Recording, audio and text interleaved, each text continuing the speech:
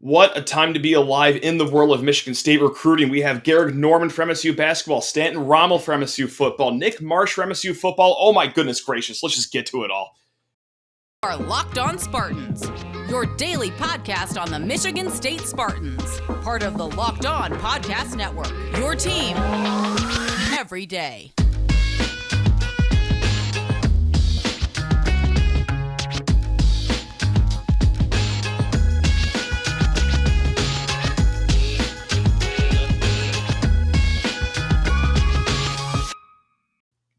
Family, friends, and the listeners and viewers of Locked On Spartans, how on earth are we all doing today?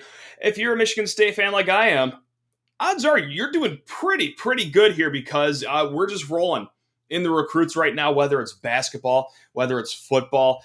Massive string of days here for our Michigan State Spartans. And, well, yeah, we're going to get to it all because that's just what we do here on the Locked On Spartans podcast and YouTube show.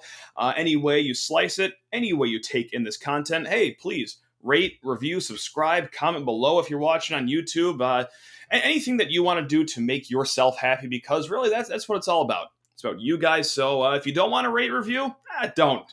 Come on. This free country. You can do whatever you please. But hey, strap in for a 30-minute session of some sweet Michigan State news, because Tucker killing it on the recruiting trail again. Tom Izzo illing it on the recruiting trail. My goodness gracious, what a class that both of these coaches have for 2023. And I gotta say, I was a little conflicted on how on earth we were going to start this show today because, okay, like we just said, football on fire, basketball on fire. Who are we going to talk about first? So I literally just flipped a coin before we started recording here. Heads was basketball, tails was football. Heads came up. So let's talk about Gehrig Normand, the latest commit to Michigan State's already star-studded 2023 class for basketball. Yes, we will get to football in the second segment, and then the third segment, we'll do a little bit of everything. But man, oh man, let's start on the hardwood. Just a few days after Gehrig Normand steps foot off East Lansing for his official visit with an offer to Michigan State, the fine gentleman out of Texas, the 6'6" shooting forward out of Texas, commits to the green and white. Again, this class is already one of the best in the country. They are now the number 4 ranked class in the country behind Duke, Kentucky. And I'll give you a firm handshake if you could just guess the third team at the top of your head. It's Iowa State, of course. Duh, the Cyclones are always in the top 5. But yeah, Michigan State sitting with the number 4 ranked class in the country now that Gehrig Normand has been added to a class that already includes the first commit of the class. Fringe 5-star point guard Jeremy Fears absolutely lit it up in the FIBA U17 World Cup not too long ago. Just signed on to play with Overtime Elite, so he's going to be facing even better competition his senior year before coming to Michigan State. And then you already know who the second guy in this class is, Xavier Booker. A top 5 kid in the class, according to Rivals.com, the number 1 kid in the class. And then you add Mr. Gehrig Normand to the class right now. And where is he sitting at? All right, he is inside the top 90. He is ranked number 89 per the 24/7 Sports Composite and rated as the number 17 shooting guard in the country.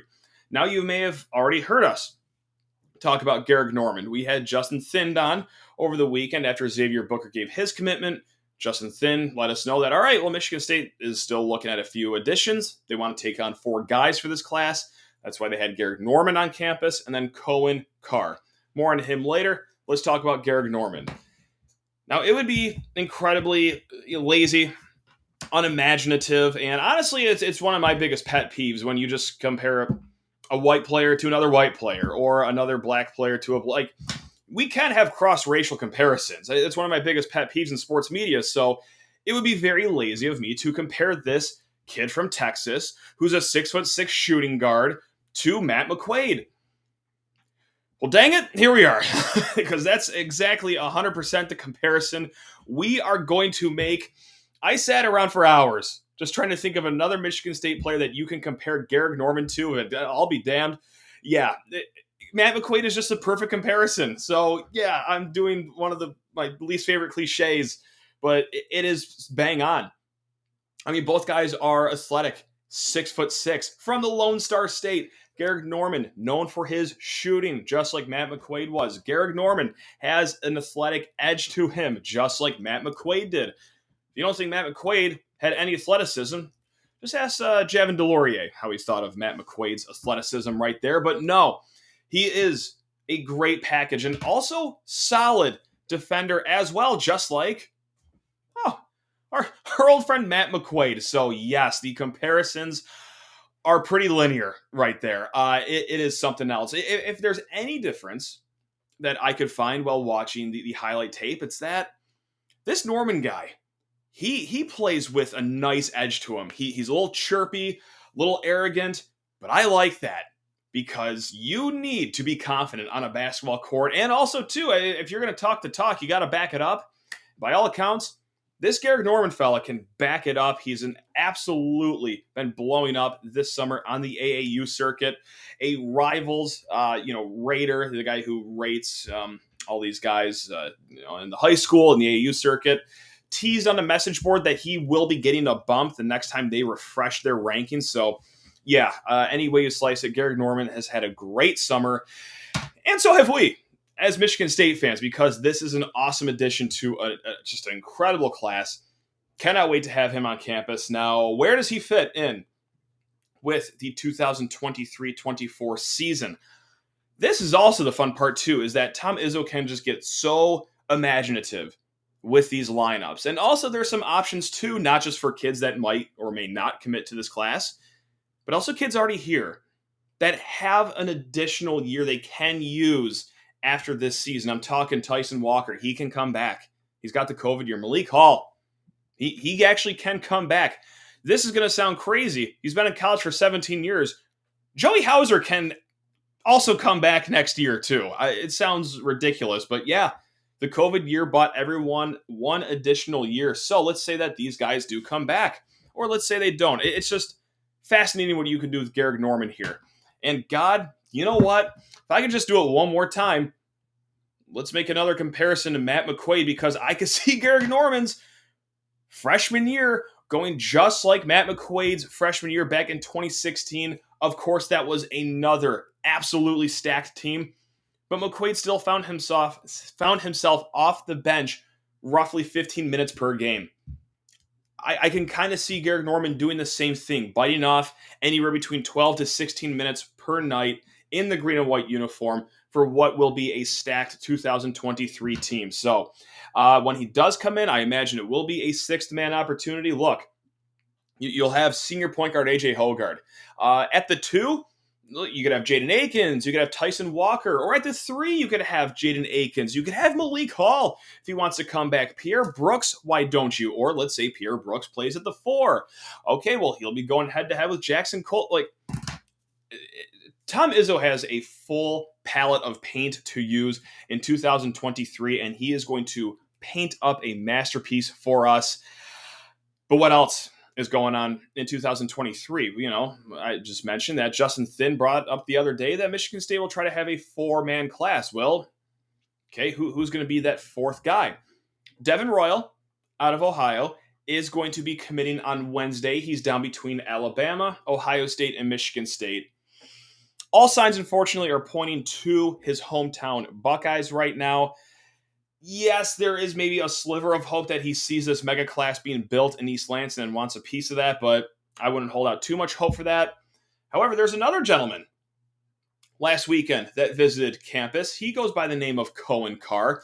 He is also a shooting forward. He's ranked even higher than Gehrig Normand. He's floating around like the 50, 60-ish rating, if you will. Out of South Carolina, has a complete mean streak to his game. Love the way he plays. Endless motor. Great drive on defense. Can slash to the hoop. So that is the other name that's out there right now. Cohen Carr. Just like Gehrig Normand, showed up on his official visit last weekend without an offer, and then flies out of East Lansing while holding that offer. Now, obviously, it's not going to be as quick of a commit as Gehrig Normand did, because he steps off campus last Saturday, I believe, and, well, commits on a Tuesday. Picking Michigan State over Auburn, who just gave him an offer, Texas, Kansas State, Mizzou, and you know who really had a lot of eggs in the Gehrig Normand basket?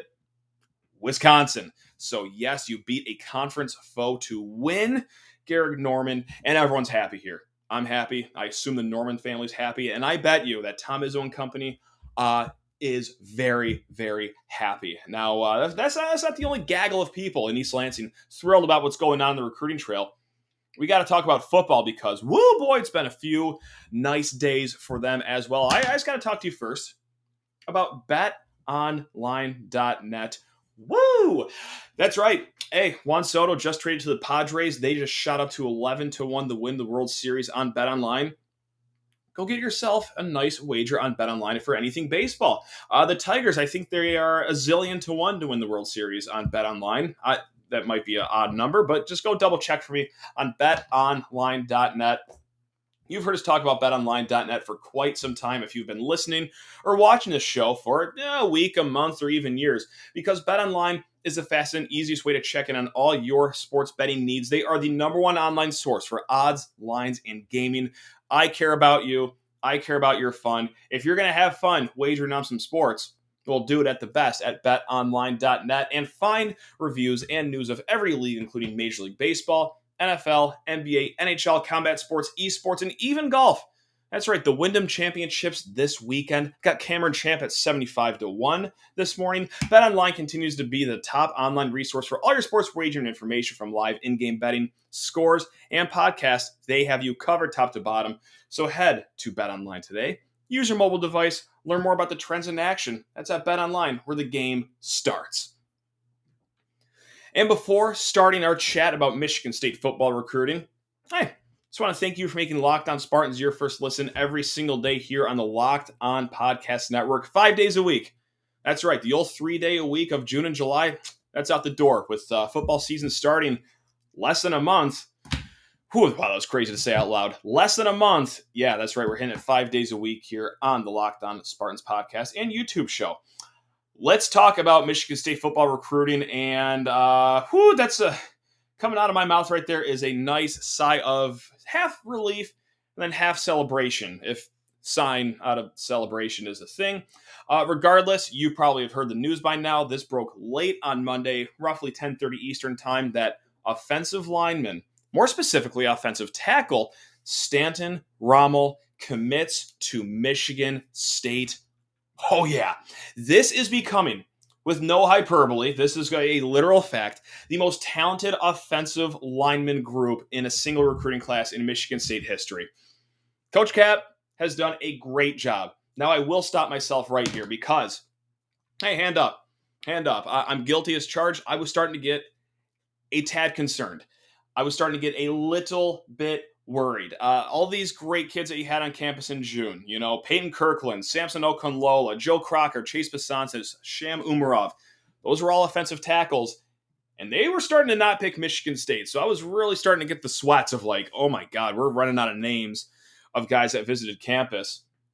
One of the top names still on the board was Stanton Ramil. And hey, listen, Tennessee was on him hard. Penn State on him hard. There was a lot of schools going after this top 200 kid in the country. And thank God he picks Michigan State. So now Michigan State's offensive line recruiting class has Stanton Ramil. Okay, highly rated 4-star. Another 4-star in, Cole Dillinger, excuse me. 4-star, as I'm holding up the number 3 finger. 4-star Clay Whedon, and then 3-star Jonathan Slack. That is one hell of a class so far. Now let's start talking about Mr. Ramil individually. Why is he rated in the top 200? What makes him so great? A lot. There's a lot. You don't just wake up and become a top 200 player overnight. Mr. Ramil stands at 6'7", 310 pounds. Like I've said a few times, top 200 recruit per 24/7 Sports, and is the number 21 ranked offensive tackle in the country. He's the third highest commit of this class for Michigan State and the highest ranked offensive lineman ever in the Mel Tucker era. He is the third top 200 offensive lineman since 2015. Back in 2015, Keontae Stallworth commits to Michigan State, and then also a few years after, Devontae Dobbs commits to Michigan State as well. So top 200 kids that are offensive linemen committing to Michigan State, kind of rare. Far and few between. But when you have the recruiting chops that Mel Tucker does, when you have the recruiting chops that Coach Kapilovic does, that is going to be, hopefully, a theme here for the future. And this is the first really big one. I mean, listen, Whedon was massive. Dillinger, massive. Jonathan Slack, also a big one. But, whew, man, top 200 kids, this is the kind of stuff that takes you over the edge. And also, hey, he's got a great frame. 6'7", 310 pounds, 6'10" wingspan. Really has a nice frame that you could build an NFL-type offensive lineman out of. He's athletic. He's got a nasty edge to him. But you know what? If you're someone that likes this sort of stuff, he's also a winner. That's right. He is a winner down at Alabama at Thompson Alabaster High School. He is a back-to-back 7A state champion. Last year, they went 13-1. And, yeah, when you have Stanton Ramil anchoring your offensive line at left tackle, your high school football team is going to be pretty good. So hopefully this means that he'll come and make Michigan State a great college team one day. And really, I have no doubts that he could, especially with the type of coaching, the track record that Coach Cap has. This is going to be a match made in football lineman heaven. So, like I said, picks Michigan State over Penn State, over Tennessee, who is a completely unserious program. And then, yeah, just a slew of others had some SEC offers. This is great. The 2023 class right now, as it sits, 13 commits, 10 4-stars. 10 4-stars. Now, for comparison's sake, what were the last 4 years, the 2017, 2018, 2019, and 2020 class combined? Combined, those 4 classes I just named had 9 4-stars. Yes, those 4 seasons. The last 4 of the Mark Antonio era had 9 total 4-stars. How about in early August for the 2023 class, Mel Tucker already has 10 locked up. Of course, far way to go. Signing day is until December. Flips can happen, all that good stuff. But as it stands right now, Michigan State looking really nice on the recruiting trail for 2023 and 2024. That's right. Had a slight crisis when I saw this because, holy smokes, we're already old enough where 2024 kids are committing. But yep, Michigan State started their 2024 class with a bang over the weekend. And a homegrown talent as well, as Nick Marsh out of River Rouge High School over around Detroit commits to Michigan State. He is a 6'3", 195-pound receiver, the number 82 overall ranked commit in the class, and number 14 ranked receiver. If anything, I think this kid's ranking will get even higher. Now, hey, you could just take my words as being, oh, you're MSU slappy, you're just saying that because you committed to Michigan State, or you could just look at the film yourself. This kid in 7-on-7s, in actual games, is just routinely mossing other college-level defensive backs. He has it all. He's got the 3 S's. He's got strength, he's got size, he's got speed. The fact this kid's only going to be a junior next year is like, I'm flabbergasted when I watch this film, because he looks like he's about to be a junior at a Power 5 program in college, not a high school in the greater Detroit area. So yeah, this is a massive way to start the 2024 class. Let's just take a peek into the future. Let's dream. Close your eyes, everyone, and I just want you to imagine this. Nick Marsh, Demetrius Bell, Jeremy Bernard, Antonio Gates Jr., Keon Coleman. Those are your 5 receivers, potentially, for the 2024 season coming up. Not, this fall or next fall, but the one after that. So, long way to go, of course. This kid will still be heavily recruited as he goes into his junior year and his senior year because, look, he visited Alabama not too long ago. Notre Dame has been hot on his tail. Michigan, Cincinnati, Jackson State too. And his recruitment will not slow down anytime soon. But, hey, as we have been living it the last few months, it's also very clear that Michigan State won't stop recruiting this kid as well. And, yeah, they've been hitting the 2024 trail this weekend. Last weekend was Spartan DogCon, and they had a bunch of former players up there. And it's also a good chance to have some recruits up there. So 2024, you have 5-star defensive tackle David Stone, 5-star safety Khalil Bolden, 4-star King Joseph Edwards, and then 4-star cornerback Jalen McClain. I'm missing a few guys here, but yeah, a star-studded 2024 caravan already making its way up to East Lansing. God, this is great. Not only is 2023 going pretty well, but so far, 2024, you want to kick it off with a good kid. How about a top 100 kid in Nick Marsh right down the road over at River Rouge? So, bang is how we will end that segment right there. We'll get to a few mailbag questions in a hot second. But if you're watching on YouTube, just got to pay a short bill. If you're listening to the podcast, also got to pay a bill. So let's just get to that right now. It's mailbag time, and lockedonspartans@gmail.com is the place to find us. Or hit me up on Twitter, Sheehan_sports. Also comment, below on the YouTube channel. I do read the comments, for better or for worse. But hey, for the most part, all you guys are awesome, and you guys have some great suggestions too. Now, this is an odd mailbag question because it wasn't really actually, asked to me. It's just something that I saw online here nor there. And I want to make it, very clear that this is a minority of people. And I also want to make it even more clear that I'm not here to shame this minority of people. I think what they're saying has some substance behind it. It's totally understandable why they would bring this up. And we're going to go back to basketball recruiting. We're going to talk about the Xavier Booker commitment. Yes, top flight kid commits to Michigan State. We're celebrating. I'm losing my mind. I popped champagne on the YouTube video. And this is all kind of reminding some people of the Imani Bates saga. Yeah, top-ranked kid commits to Michigan State. We are in hysteria. It is hoopla season. He commits in the summer, not even close to National Signing Day. And, well, we all know what happened with the Imani Bates thing.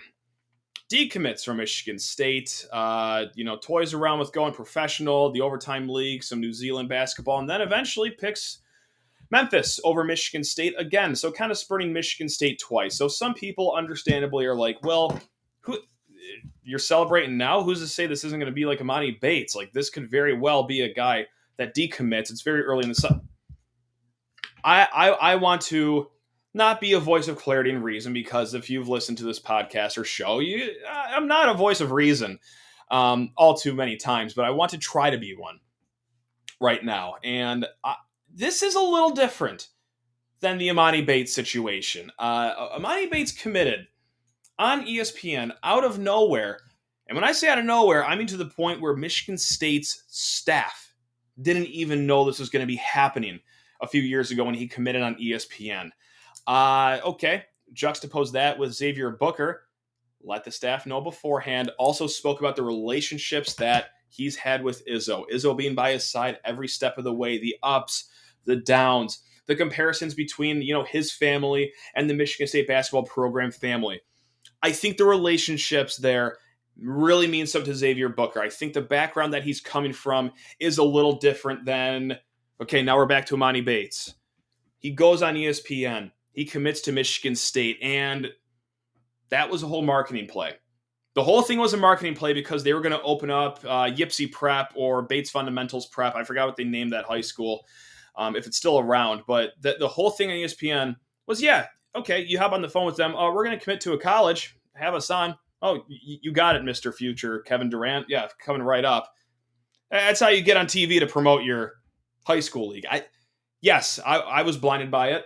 I was a sucker. I bought into his commitment completely. But yeah, looking back in the rearview mirror now, kind of clear that the whole thing was kind of a front to promote their new prep school that was going down in Ypsilanti. So I think that's why the commitments are a little different.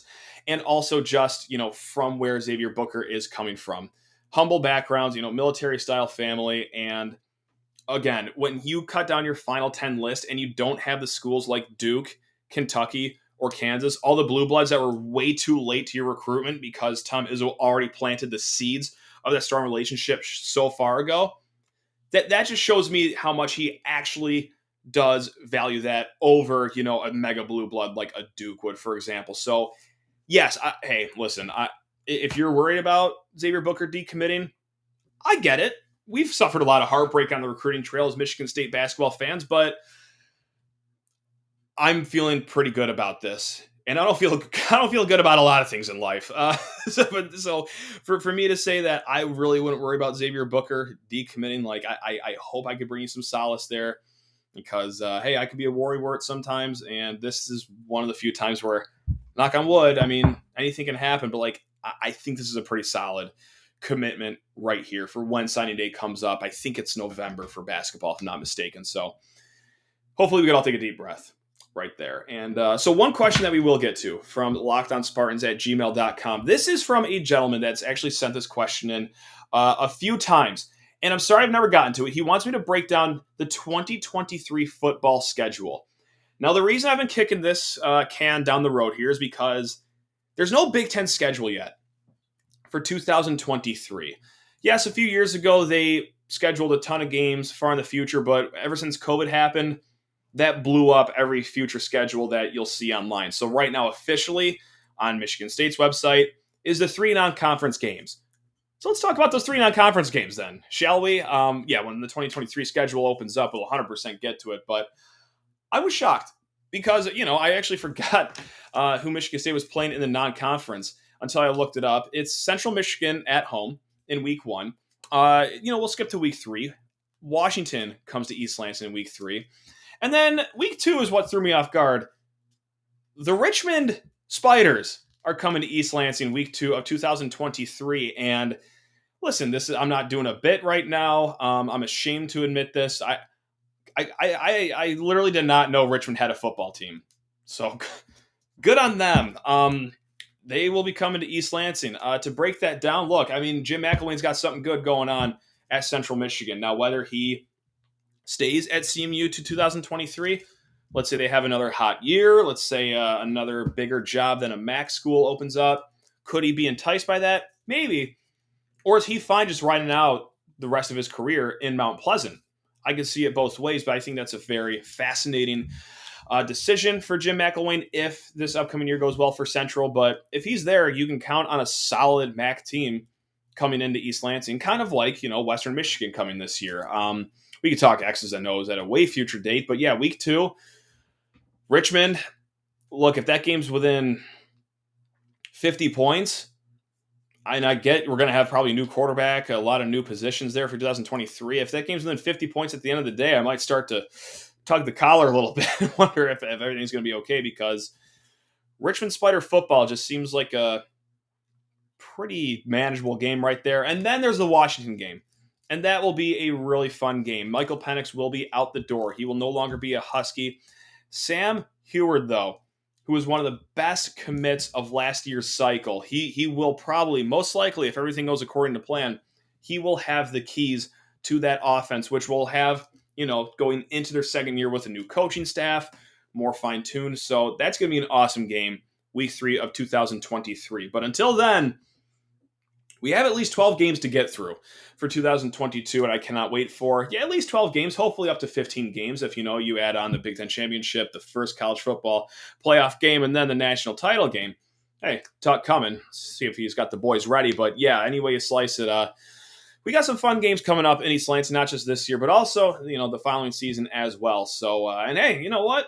Keep it tuned here if anything else breaks the 2023 schedule, or better yet, 2023 recruiting for basketball and or football. We will chat about it here on Locked On Spartans. Also on tomorrow's show, we got friend of the program. That's right, Brian Lewerke on the show. We talk about Peyton Thorne, what he likes out of his game, just what it takes to play the quarterback position in college, dealing with critics on Twitter. It's a fun show. We chatted yesterday, so that one's locked, loaded, ready to go. Keep it tuned here for more previews for the 2022 season. We'll do more positional breakdowns in the near future. But until then, stay beautiful, enjoy the rest of your week, and go green. Let's go. Let's go.